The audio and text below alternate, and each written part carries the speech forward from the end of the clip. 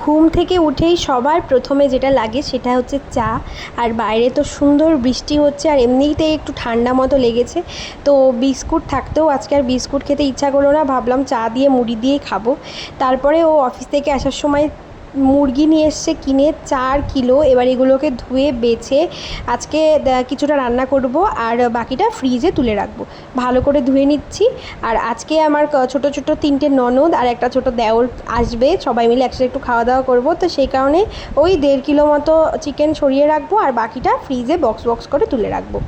তো এই যে এইবার সব কাটাকুটি করে রান্নার আয়োজন করতে হবে। এদিকে ভাত ফুটে গেছে, এদিকে ডাল রান্না করেছি, আর ডালের সাথে চিপস ভেজে দেবো।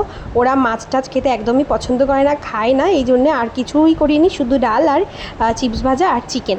তো এই যে প্রথমে আলুগুলোকে ভেজে নিচ্ছি, আর অ্যাজ ইউজুয়াল চিকেন আমরা যেভাবে রান্না করি সেইভাবেই রান্না করেছি, তাই আলাদা করে আর রেসিপি শেয়ার করার কোনো ইচ্ছা নেই। ছোটো ছোটো মিনি ব্লগ তোমাদের সাথে শেয়ার করি। আগে রান্নার ভিডিও শেয়ার করতাম, কিন্তু দেখি যে সবাই তো রান্নার ভিডিও শেয়ার করে, তো রান্নার ভিডিও আর কি শেয়ার করবো, আমাদের থেকেও অনেক ভালো ভালো রান্না অনেক দিদিভাইরাই করে, ভিডিও শেয়ার করে, তো সেই কারণে রান্নার ভিডিও আর করলাম না। কি কি করি সারাদিন সেটাই তোমাদের সাথে শেয়ার করি। এই যে চলে এসছে গুড়গুড়িগুলো, এবার আমরা সবাই মিলে একসাথে লাঞ্চ করব। তো এসে এই যে সবাই আমরা যা করি একসাথে বসে মোবাইল টেপাটেপি করছিলাম, আর এখনও আরেকটা আসতে বাকি, তো তার কিছুক্ষণ বাদে আরেকটাও চলে এসছে। এই যে 4জনকে বসিয়ে দিয়েছি খাওয়াতে, তারপরেই কিন্তু আমরা খেয়ে নেব। কেমন লাগলো অবশ্যই কমেন্ট করে জানিও। সবাইকে